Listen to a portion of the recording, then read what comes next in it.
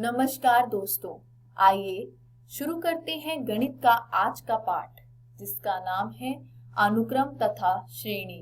इसी को हम अंग्रेजी में सीक्वेंसेस एंड सीरीज के नाम से जानते हैं। तो चलिए बच्चों, आगे बढ़ते हैं और देखते हैं आज के विषय, यानी हम आज क्या पढ़ेंगे।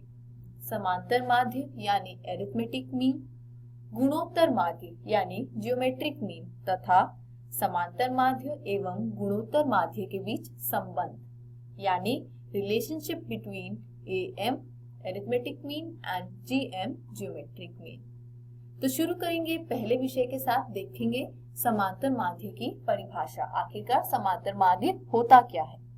दो संख्याएं a तथा b हमने ले ली हैं। इन संख्याओं के बीच में एक संख्या और लेते हैं, बड़ा A, तो छोटा a, बड़ा A और छोटा b समांतर श्रेणी में हो जाते हैं।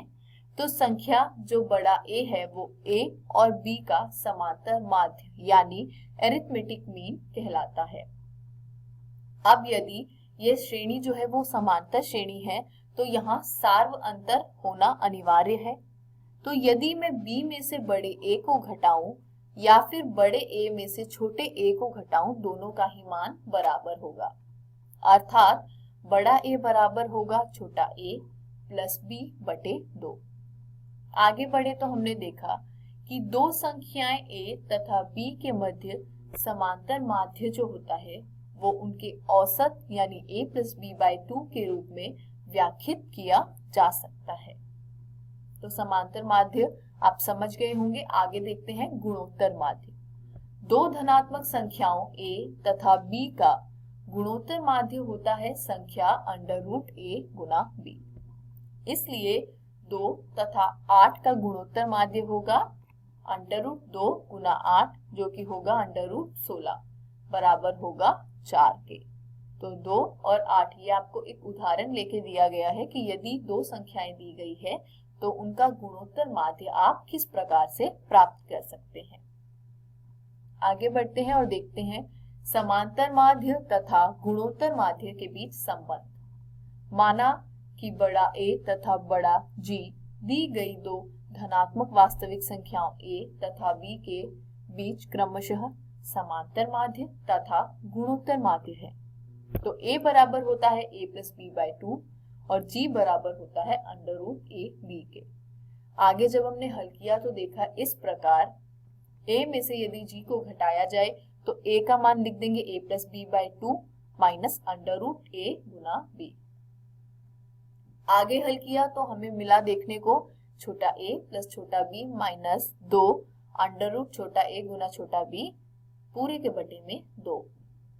इसको हम इस प्रकार से लिख सकते हैं, a को अंडर रूट a का whole square plus under root b का whole square minus 2 under root a into यानी अंडर रूट a गुना अंडर रूट b के।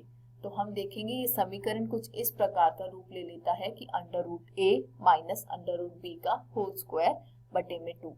इसका मान जो है वो 0 या 0 से अधिक होगा। इसको हम समीकरण 1 मान लेते हैं। 1 से हमें ये मिल गया कि जो एरिथमेटिक मीन है वो बड़ा होता है जियोमेट्रिक मीन से। ये संबंध स्थापित हुआ।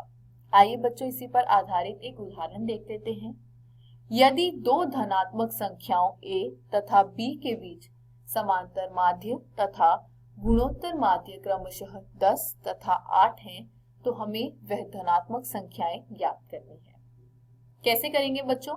हम सभी जानते हैं कि जो एरिथमेटिक मीन यानी समांतर माध्य होता है वो होता है a प्लस b बाई 2, जो बराबर है 10 के। ऐसा दे रखा है, इसको हमने मान लिया समीकरण 1। उसी प्रकार जो जियोमेट्रिक मीन यानी गुणोत्तर माध्य है वो बराबर होता है अंडर रूट a गुना b के, जो कि बराबर दिया है 8 के। तो 1 और 2, ये जो पहला समीकरण है और जो दूसरा समीकरण है, उसको यदि हम साथ में देखें तो हम पाएंगे कि a प्लस b बराबर है 20 के। इसको हम समीकरण 3 मान लेते हैं। और 1 गुना b जो है वो बराबर है 64 यानी 64 के। इसको हमने मान लिया समीकरण 4। तो 3, 4 से a तथा b का मान सर्वसमीका से हम देखें, यदि हमको पता है कि a माइनस b का होल स्क्वायर जो होता है वो बराबर होता है a प्लस बी के होल स्क्वायर माइनस 4ab। अब यदि इस जो सर्वसम्मिका के लिए हमको ये कुछ तथ्य दे रखे हैं कि a प्लस बी बराबर है 20 के और ab बराबर है 64 के, यदि यह सारे मान इसमें डाल दिए जाए तो हमको मिलेगा a माइनस बी का होल स्क्वायर बराबर हो जाएगा 400 के। कैसे बच्चों? a प्लस बी का मान आपको 20 दे रखा है, इसका आप स्क्वायर करेंगे तो आएगा 400 माइनस 4 गुना करना है a b के साथ, तो 4 का जब आप गुणन करेंगे 64 यानी 64 के साथ तो आपको प्राप्त होता है 256। अब यदि 400 में से 256 हटा दिया जाए तो आपको प्राप्त होता है 144, और हमें पता है 144 जो है वो किसका वर्ग होता है बच्चों? 12 का या फिर ऋणात्मक 12 का। तो हमें प्राप्त हुआ कि a माइनस बी के दो मान हो सकते हैं, या तो ये प्लस 12 हो सकता है या ये माइनस 12 हो सकता है। इसको मान लिया हमने समीकरण 5। अब 3 तथा 5 को हल करने पर हमें मिला कि a बराबर है 4 के और b बराबर है 16 के, किंतु यदि आप a का मान 16 लेते हैं तो b का मान 4 हो जाता है। ठीक है बच्चों, इसी के साथ हमारा जो ये उदाहरण था उसका परिणाम हमें देखने को मिल गया कि संख्याएं a और b जो है या तो 4 और 16 है, नहीं तो 16 और 4 है। इसी के साथ हम इस अध्याय को समाप्त करते हैं।